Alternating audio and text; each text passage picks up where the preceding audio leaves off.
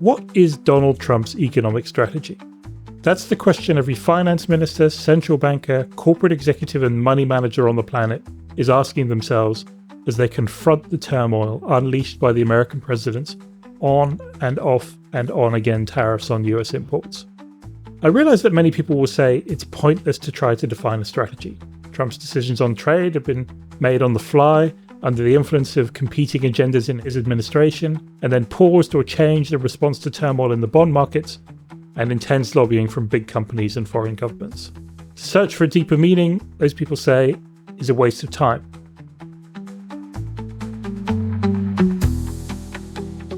Yet if you listen to what some members of Trump's administration have been saying, it is at least possible to see the outlines of a diagnosis of what they think is wrong with the United States. The argument is laid out by people like Treasury Secretary Scott Bessent and Stephen Moran, the head of the Council of Economic Advisors. It goes something like this. The US has for decades underwritten the global financial and trading system at the expense of its own economic well-being. Though the economy has grown, this has been driven by an expanding financial and real estate sector, while manufacturing has shrunk. Big companies have benefited from cheap offshore labor and financial engineering, while wealthy Americans have grown richer as their assets appreciated. Poorer workers, meanwhile, have saved less and borrowed more. The US has relied on imports of cheap goods from abroad and financed its deficits by borrowing ever larger sums from overseas investors. In this reading, a fundamental change of direction is urgently needed. I admit it's somewhat baffling to hear people describe the world's richest country, an economy that in many ways was the envy of the rest of the world, as such a colossal failure. It's also far from certain whether Trump fully agrees with this diagnosis. What is clear, however, is that the attempted cure Trump has imposed in the past 3 months has shaken the US economy, its standing with allies and trade partners, and international confidence in US assets, including the dollar.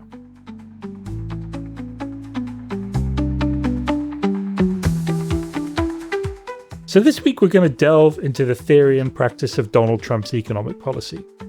It's what we do at Reuters Breaking Views. We tap our best sources around the world for fresh insights into the biggest stories in economics, business, and finance.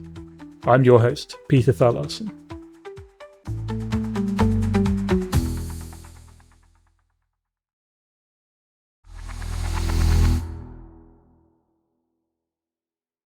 To help unpack this knotty topic, I'm delighted to have Edward Chancellor on the show.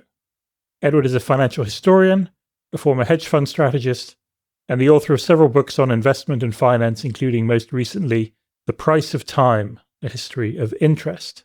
He's also a regular columnist for Reuters Breaking Views, where he has applied his unique perspective to the early days of the second Trump administration. Edward Chancellor, welcome to The Big View. Good to see you, Peter. So I think it's hard to discern a clear strategy at the moment behind Trump's policy amid all the chaos of the tariffs. Are they on again? Are they off again? What's the plan?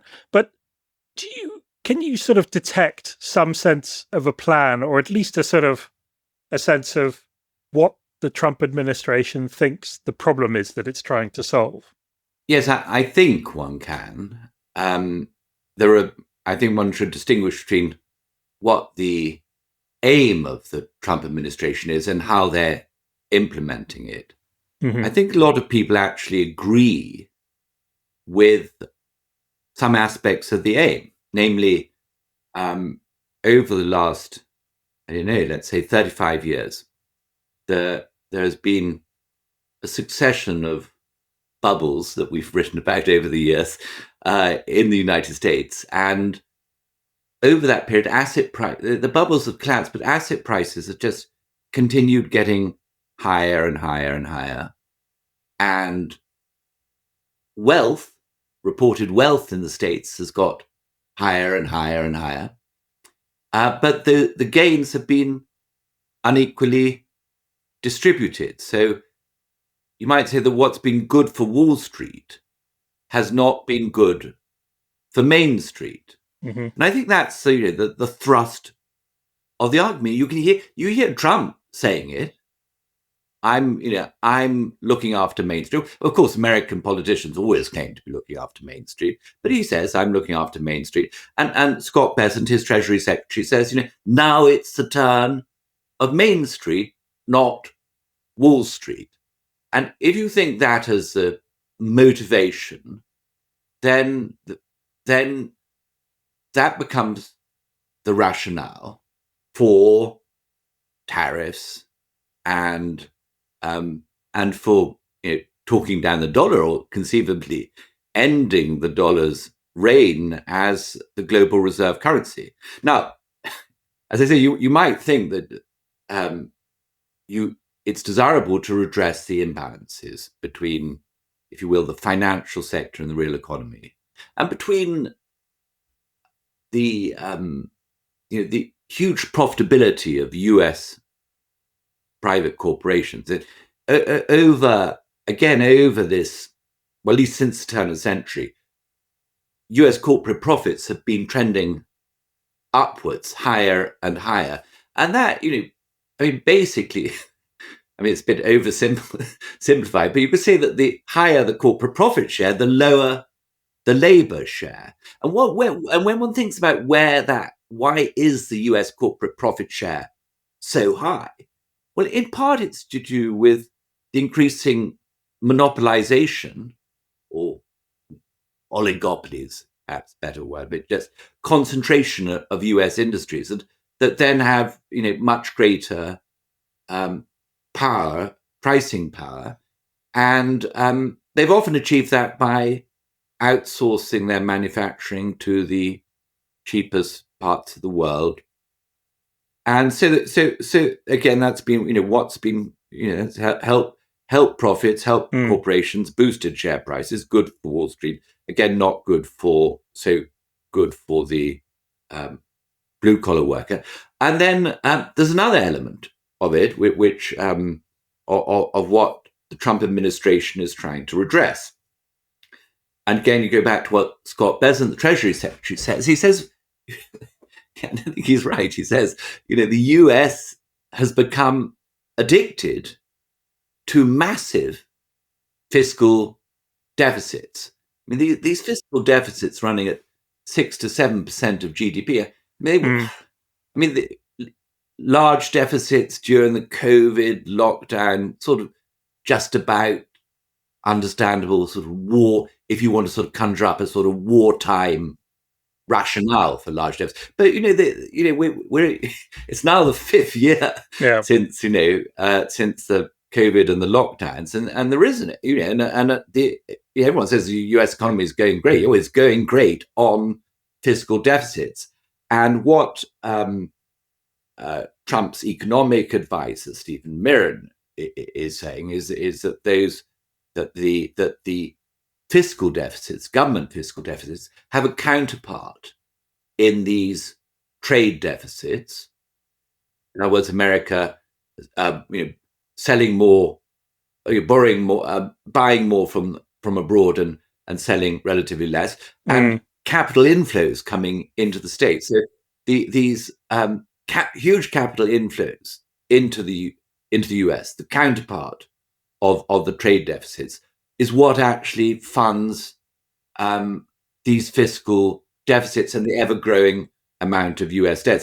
So that I mean, again, everyone would agree that process of the government getting further and further into debt, of the United States as a whole, its debt burden relative to national income rising inexorably high, that can't last forever. So these things, I think I understand what they're trying to address, and it is a completely different matter whether they're going about it in the right way. Well, I think that's a good diagnosis. And it's interesting to hear you talk about it in those terms, because a lot of what you've described sounds to me, or could be interpreted as, essentially a question of domestic policy choices. And yet the way in which it's being framed by the Trump administration as this is an international problem, and it's to a large extent things that are being done to the US by other countries. Other countries have, manufacturing has been outsourced to other countries. Other countries have manufactured stuff which is then being imported to the US. The US has borrowed, and other countries have accumulated these vast portfolios of US treasuries and stuff. And I think, until not that long ago, you could have sort of presented this as a story of sort of American economic power. And yet they seem to have turned it around and said, this is really a story about American economic weakness and being taken advantage of by other countries. Yeah, and perhaps there's a bit of truth to both sides of the story. And first of all, we mentioned these what we call the capital account surplus, foreign capital inflows. Those foreign capital inflows, there are two parts to it. One is foreign official holdings of US debt securities that go into international foreign exchange reserves. So the Bank of Japan will own hundreds of billions of dollars of US treasuries and agency debt. And likewise, China and all these other countries. And then there are these private capital flows into the US, largely, they're driven by the fact that US markets are big and liquid, and it's got some great companies, got the best companies and best and most profitable and valuable companies in the world, and also driven by the fact that dollar has been perceived as a safe haven. I mean, when the crisis hits, the dollar it tends to do well. And except for in the last couple of weeks, but anyway, we can. Yeah, but that's a different matter, because we may have reached a turning point. But look, these capital inflows, they always used to be referred to as America's exorbitant privilege. This is a term used by Valéry, the French politician, later president, Valéry Giscard d'Estaing. And we thought I always thought of foreign governments buying US debt as a type of imperial tribute. We provide you with, the Americans provide you with security. They keep peace on the trade routes open, and you buy their debt. I always thought that was the deal. And did the Americans? I think what the Americans did with these foreign capital inflows is they really went into the sort of what I call the bubble economy. What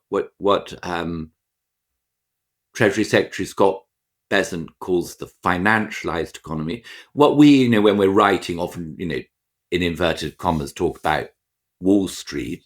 They went in. They bolstered this financialized economy, the bubble economy, asset prices, financial engineering, and I mean, I'm not, U.S.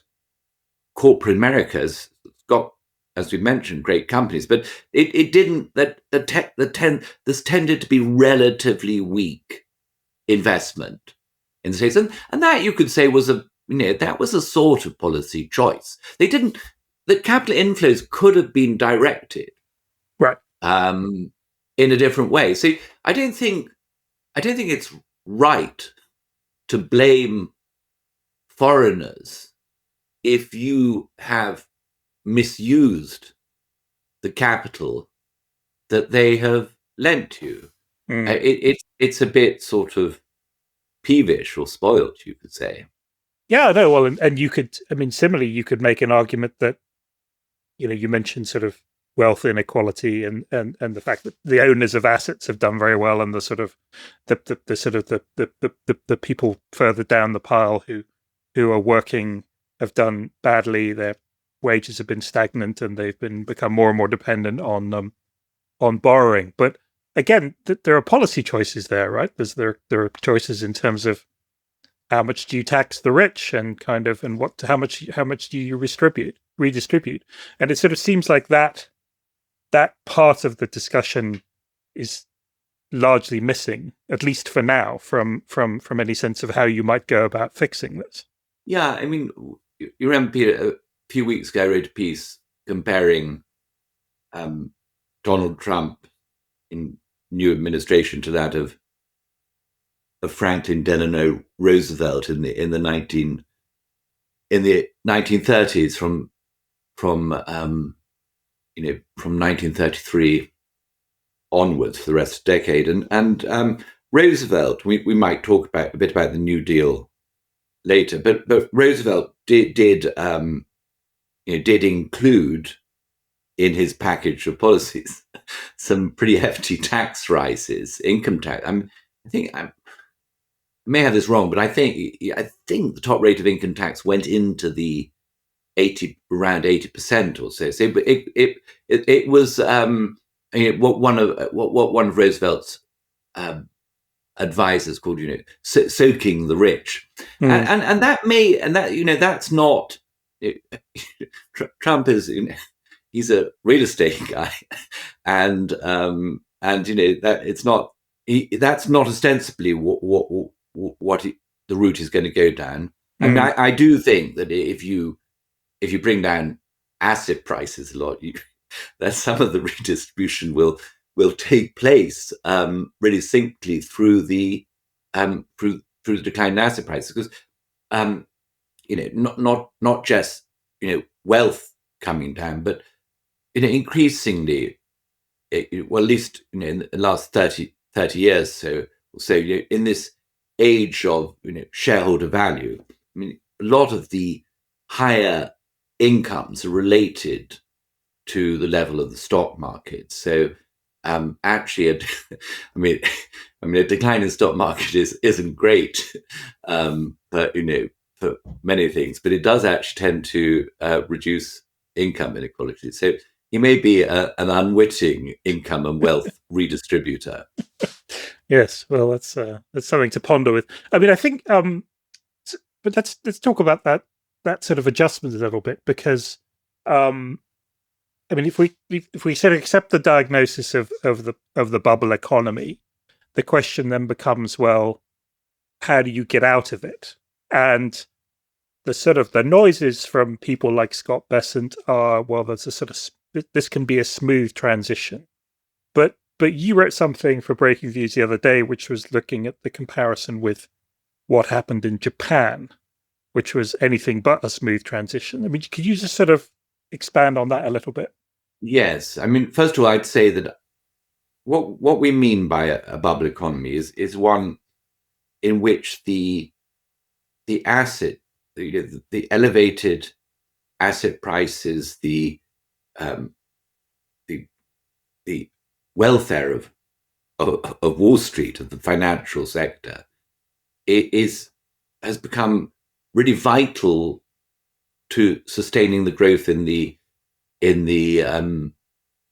rest of the economy, and what we call the real economy. In fact, what we could say is that the distinction between real and financial has been lost. And once you get to that point, you have to be very careful about making a transition. My belief is similar to Scott Bessent's, and in fact, before, when he was just a plain hedge fund manager, I used to discuss these things with Bessent. About the dangers and problems of a financialized economy.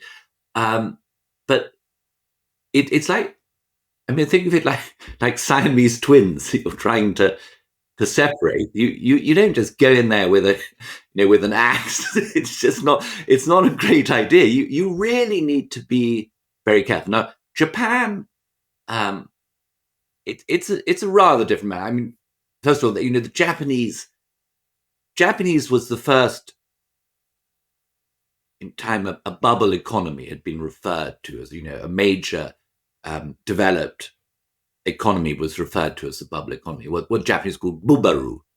And I mean, many of your listeners will know that the real estate bubble in Japan was just off the charts. Famously the emperor's the imperial gardens in Tokyo were worth more than all the real estate in California, and was a huge amount of debt, and corporate profitability was linked to rising in the stock market. And likewise, the solvency of the Japanese banks, their equity was linked to rising stock markets. So you had this virtuous cycle, and that going on in the second half of the 1980s.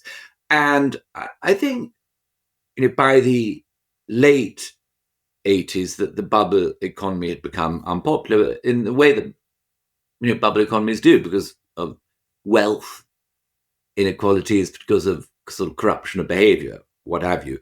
And in this case, the Bank of Japan, under a new governor, Mieno, decided to burst the bubble, and he did so by aggressively hiking interest rates, and even as inflation started to flow in 1990, Bank of Japan continued raising rates because the real estate market was going upwards, and then what happened, as most people know, is stock market went down over the following decades by some at least 75% in nominal terms, and then you had three different banking crises, and you had Japan's so-called lost decades. Now, I mean, there are other factors at play, because Japan had the population of Japan started to shrink.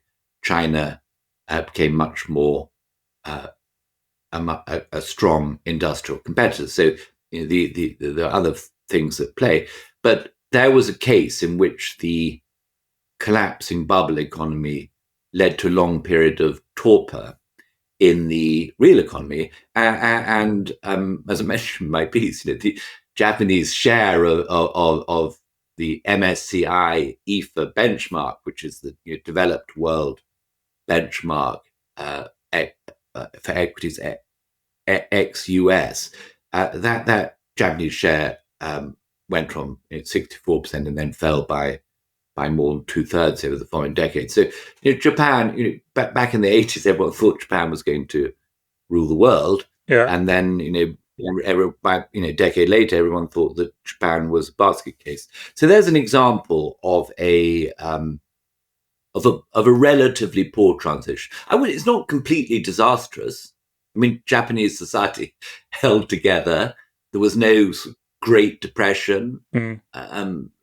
Japan, has slowly started to restructure its corporations and so on. So I wouldn't say it's an utter disaster. It could have been worse. You could say, you could see the Great Depression as a period of definancialization. Well, that wasn't great. So you could say it was what the Japanese went through was better than the Great Depression.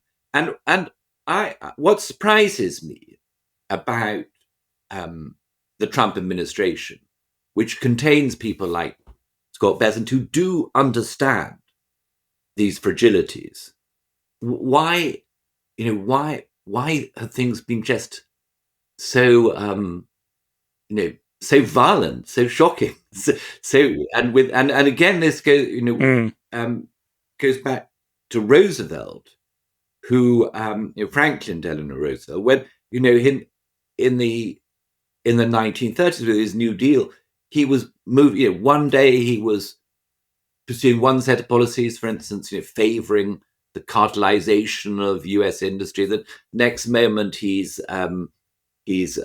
attacking U.S. monopolies. 1 minute he's the government is trying to control all prices and output. Next minute they're favoring union legislation that leads to waves of strikes. And the American business world is just driven completely nuts by what's going on under Roosevelt. And so, and there's huge amount of uncertainty. And there's a sense that Roosevelt's policies are full of animus against the business community, whom he depicted as economic royalists, but little understanding of the nature of business and the vital importance that sustaining confidence is to encouraging businesses to invest. And people often think that Roosevelt was a disciple of John Maynard Keynes, but it's not true. Keynes was writing to Roosevelt at times saying, look, there is this thing called business confidence, what Keynes elsewhere would call animal spirits, and you don't want to extirpate the animal spirits because this is what's true of Roosevelt and of the Trump administration. They need business to be on board with their policy agenda. And if you need that, if you want businesses to invest, then you can't scare the pants off them, because then you get what Roosevelt complained about, which was you get a capital strike. You get an absence of investment because businesses are not confident enough to invest. Now, we don't know whether there's a capital strike on at the moment. Well, we have some sense of the problem. We can guess, I think. Yeah, we can guess. You have the headline figures of characters going to the White House, whether semiconductors or shipping or various industries, making these commitments to big investments in the States. But the decisions that one thinks are taken at the board level, and I've heard that this was I've heard this true in real estate, but I'm sure it's happening across all other sectors, is people are at the moment faced with this incredible uncertainty in the US. They are suspending their capital investment plans. I mean, if you don't know what, if you're a car manufacturer and Canada and Mexico part of your supply chain, and the tariffs are between those two countries, America, are oscillating between 10 and 50%, and then up and down. You don't know what you're going to be investing. If consumer confidence completely blown, in part because of the collapsing stock market, but in part because of of the sense of bewilderment, then then people will become cautious about investing because they won't they won't know exactly what their market's going to be.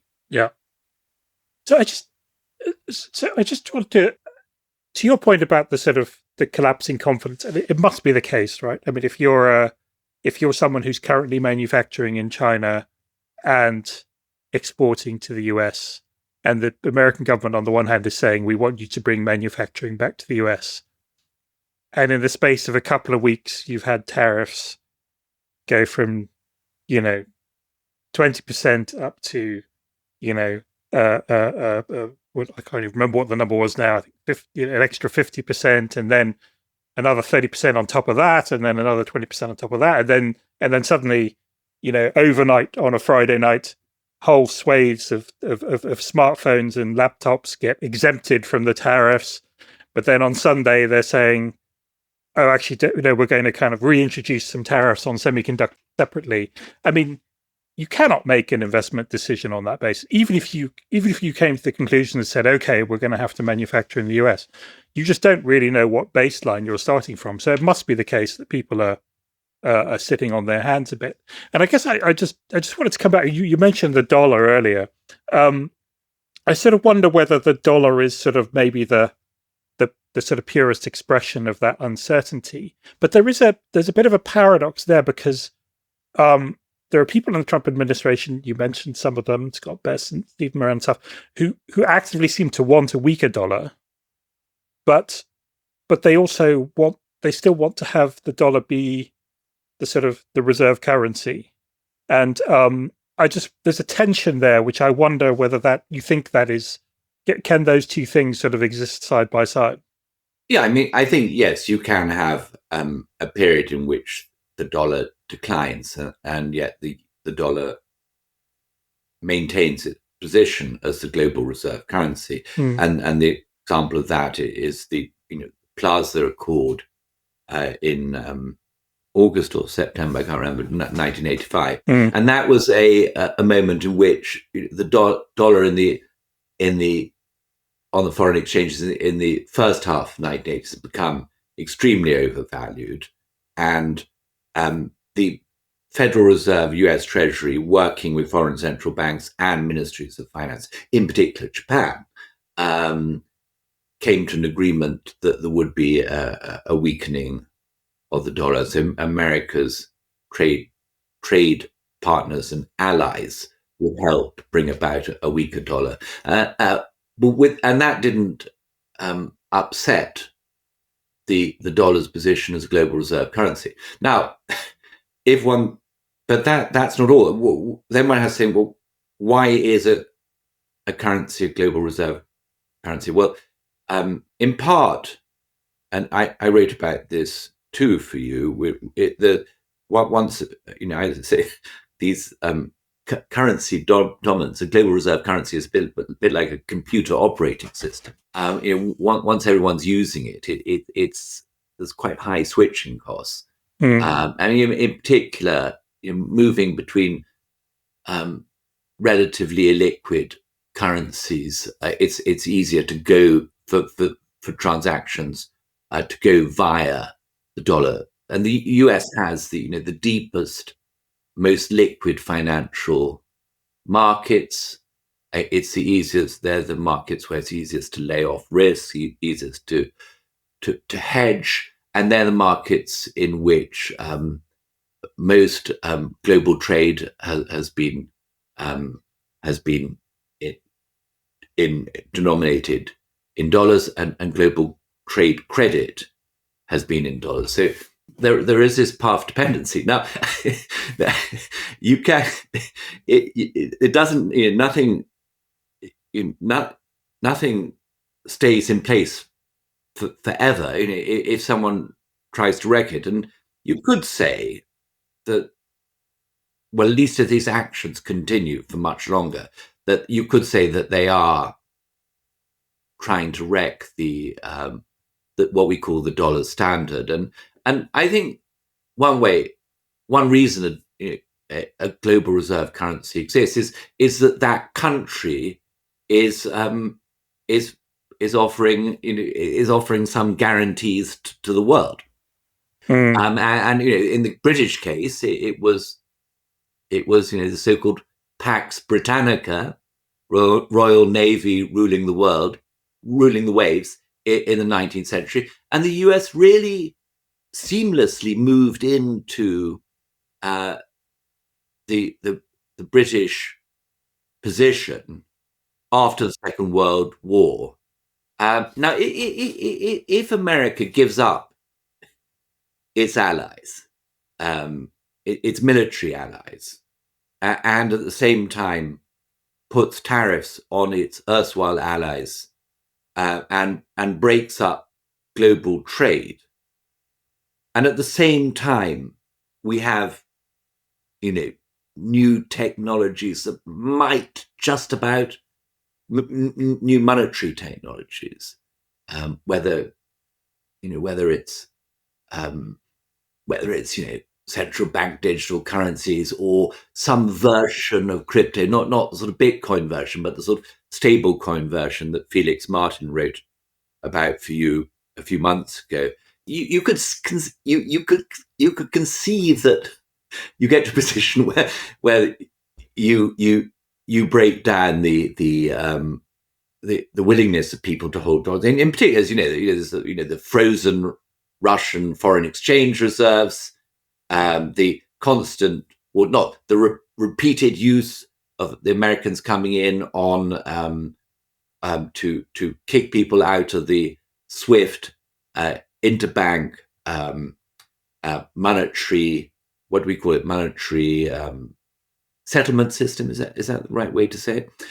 Then and the way Americans have often imposed secondary sanctions on their allies, on the banking systems of their allies, if they have anything to do with countries such as Iran that the Americans have sanctioned. So you could say there is the Americans have been somewhat abusing their exorbitant privilege as the issuer the world's reserve currency for quite a while.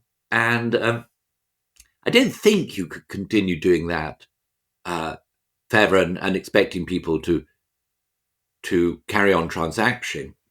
And also holding. Yeah. I mean, and there seems to be an ambivalence now at the highest levels of the U.S. government about whether but having this currency is actually a good thing or not. But again, you have to be pretty. This is why I think it takes great care. What do the foreigners own? What did we say? So $57 trillion of U.S. financial assets. The U.S. is the world's largest foreign debtor. Now, it's still running a large current account deficit, still running a large fiscal deficit.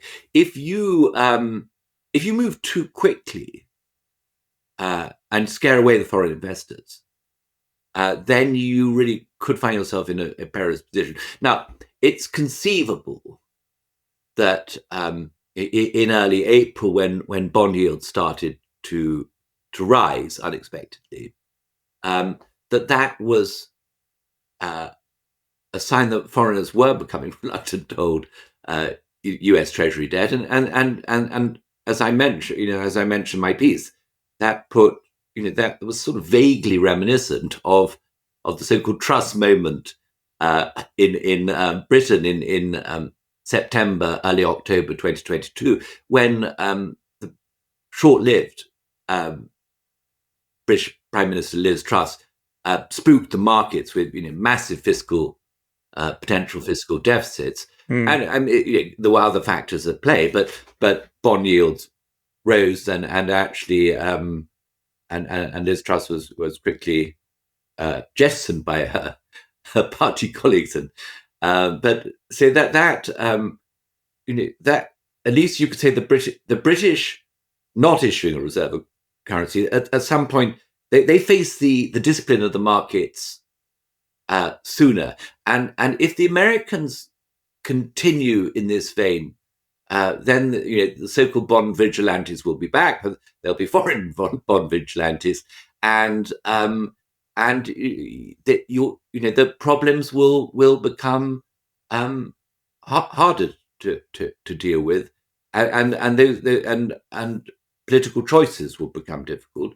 And as I mentioned in my piece, if you rush this definancialization, if you burst your bubble economy, the asset prices could have got much further to fall. I mean, the stock market, as I've been writing endlessly in pieces for you, Peter, in case you didn't notice, has been trading at massively elevated levels, for so many years, and at least since the sort of COVID market recovery, and then it dipped a bit in 22, and then came roaring back. But the U.S. stock market at the end of last year was really the third most highest valued market in U.S. history, using sort of what we call the cyclically adjusted price earnings ratio, which is just smoothing earnings out over a 10-year period.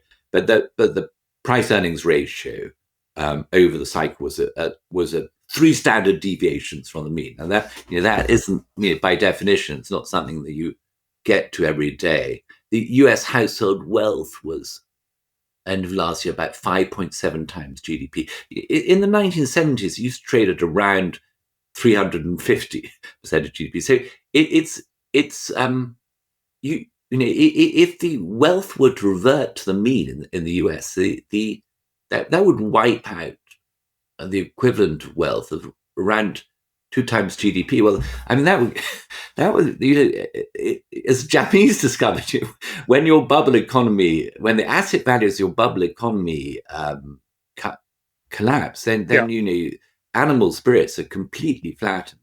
Yeah. Eddie, this has been fascinating. We're going to have to leave it there. Obviously, lots to chew on, and much for you to think about and write about in the coming weeks and months. And I'm sure we will be back to see how this great experiment is going in the not too distant future. Thanks, Peter.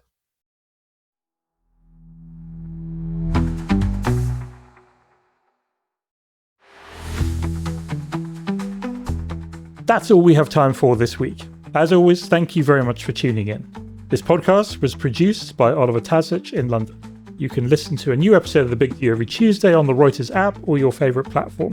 Don't forget to check out our sister podcast, Newsroom, every Thursday, as well as the other great podcasts from the Reuters team, Reuters World News, your daily dose of the biggest global stories, and Reuters Econ World, a weekly deep dive into an economic concept behind the headlines.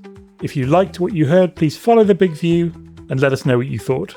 And check out our views on the biggest stories in business and finance every day at breakingviews.com and reuters.com.